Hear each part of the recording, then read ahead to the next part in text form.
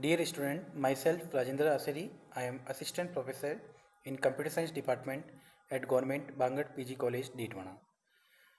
In this lecture series of database and management system, up to this point we discussed about various concepts like database management architecture, various users and their roles in the DBMS architecture like Navy users, sophisticated users, storage managers, buffer managers, file managers, and their different role.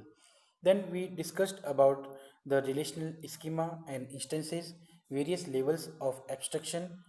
Then we discussed about keys, primary key, foreign key, referential integrity concept, data definition language, data manipulation language, modification in the database, and various forms of query language we discussed. We discussed about relational algebra, various operation in relational algebra like select, project, division, set intersection, set union, set difference, division operation, okay, aggregate functions we already discussed, and queries based on that. After that, SQL queries also we have discussed, and select, close, from close, where close, having close, order by close, okay, and group by close. All these concepts we already discussed. And just previous lecture we started the lectures on tuple relational calculus and domain relational calculus. So previous to previous lecture we discussed about tuple relational calculus. In tuple relational calculus all the queries are performed with the help of the tuple variable, and in domain relational calculus all the queries are done with help of the domain variable, right? Now in today's lecture we are discussing about various new concept. So the course outline says like, first we will be discussing about, in order to design a effective or perfect database, what are the various design processes we need to include or we need to focus. Then in order to model a database, what are the various steps involved, all these we are going to discuss. Then constraint mapping cardinalities are there. Then in the database design, the most effective tool is ER diagram, entity relationship diagram. Now, when we are going for the ER diagram, then there are various design issues are there. Okay, arise weak entity sets. What are the entity set? What are their rules? Okay, extended ER features are there, and some design of the bank database we will be discussing. And after that we will discuss that how to reduce a relational schema in a perfect form, so that the redundancy will be removed. Then some database design technique we will be discussing, and then UML. UML stands for the Unified Modeling Language, right? Now the first point is modeling. Modeling means a database can be modeled as a collection of entity. It can be a relationship among entity. Okay, so in the database, in a table there are various attributes. Some attributes, okay, some they are the collection of the entity and the relationship we need to maintain. Now one question coming in your mind is that what is entity and relationship? So an entity is any real life object that exists and is distinguishable from other object. Like we are saying a specific person because they are having some attribute which are different from another other person. Okay, company, event, plant, etc. Then entities have some attribute. Example, people have names and addresses. Okay, so an entity set is a set of entities of same type that share the same property. Example, if we are saying set of all the person, set of all the companies, set of all the trees, and set of all the holidays. Okay, so entity set example is given here. We are taking two relation. First relation is customer and second relation is loan. If you see in customer relation there are four attribute.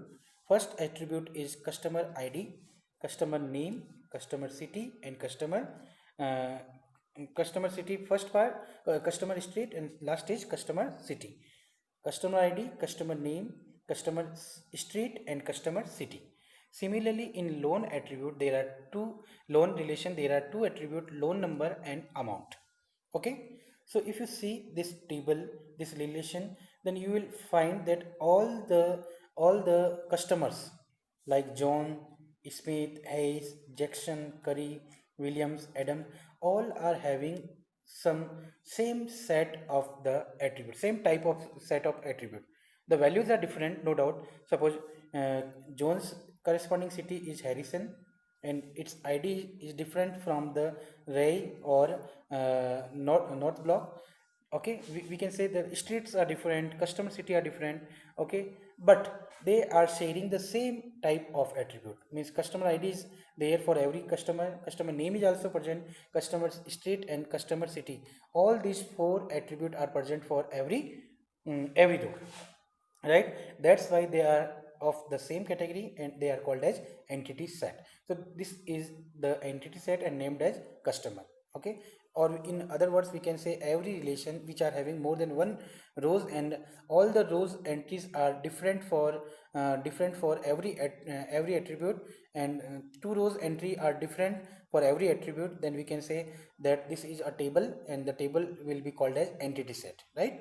Same thing is applied for the loan relation, right? Now relationship set. A relationship is an association among several entities, like if I are saying Hayes depositor and A102. This is the ID. Customer name is the Hayes depositor and A102 is the we can say account entity. So Hayes are related to customer entity, and A102 is related to account. So between customer and account, there is a relationship between customer and the account, that is called as relationship set. If there are many customers and many accounts, then the relationship is called as relationship set, because there is a mapping, one-to-one mapping for every customer and every account. Okay.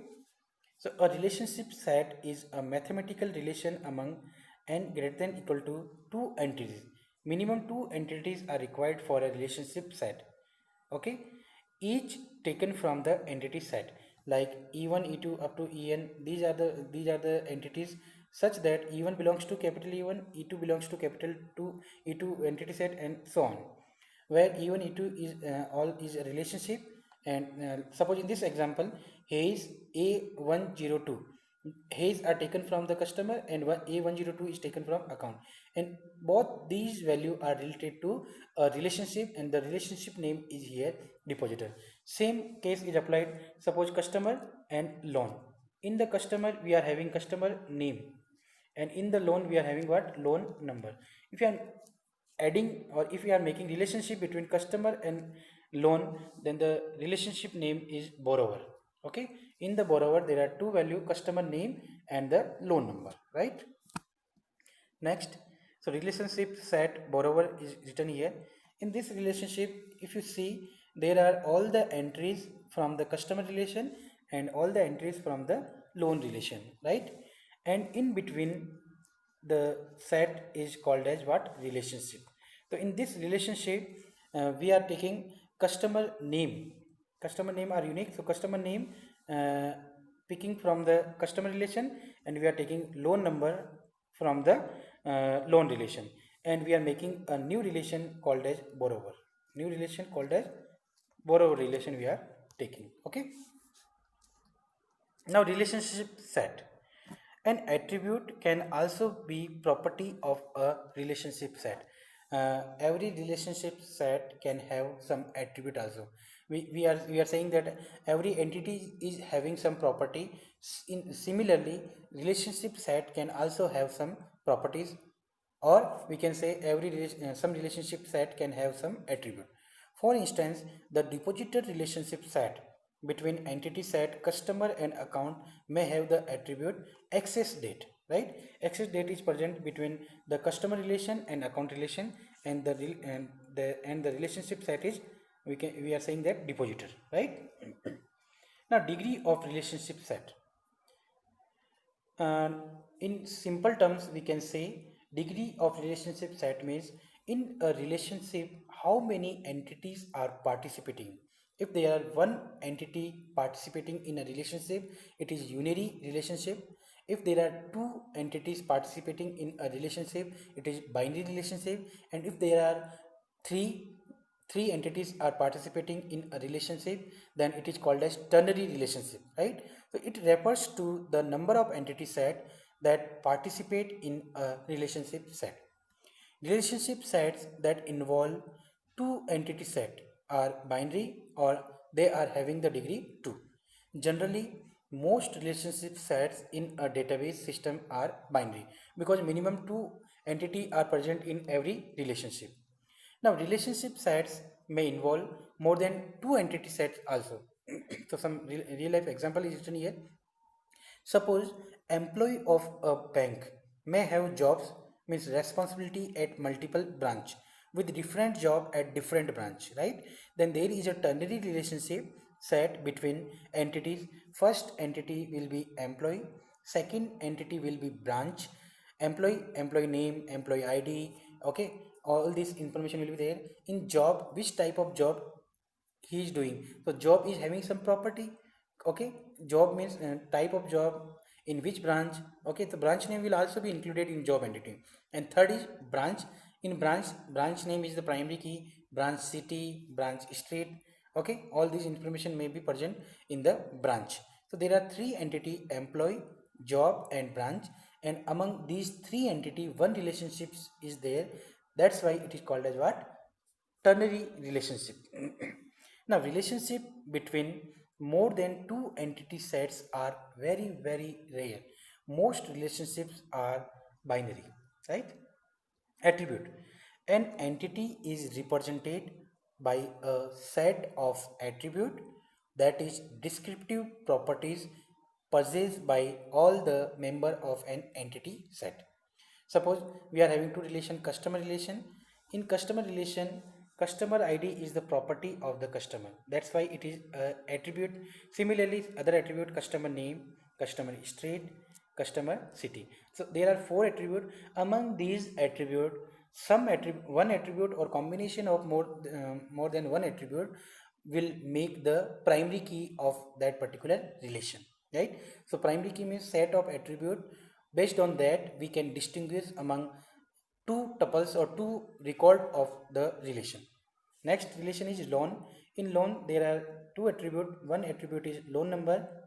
Loan number is property of loan relation. Similarly, other attribute is amount. And loan number here taken as the primary key. Okay. Domain. The set of permitted values for each attribute is called as domain of that particular attribute, right? Now there are various type of attribute. Some attribute, some type is, some classification is simple and composite. Second classification is single valued and multi-valued.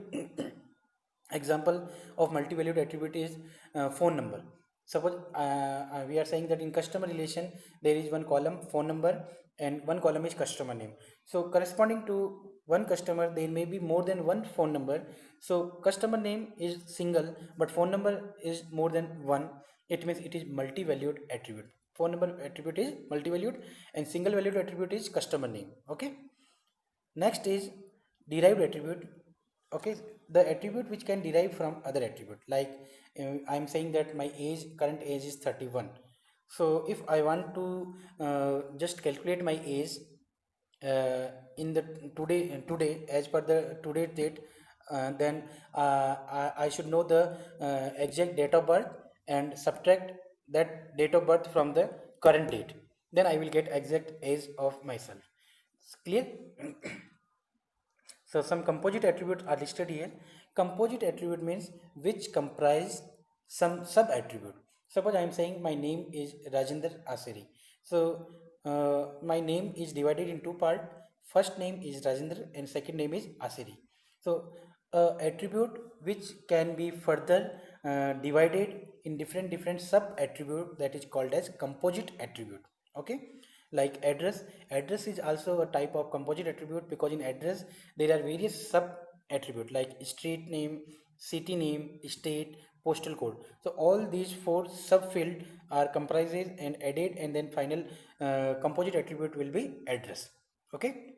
Similarly, streets is further divided: street number, street name, apartment number, so and so on. So in this manner, composite attribute comprise the combination of more than one sub attribute, right? So that's all from this lecture. In the next lecture, we will be focusing more on ER diagram and how to model a perfect database and what are the various design issues we need to focus while designing a database. That's all from this lecture. Thank you.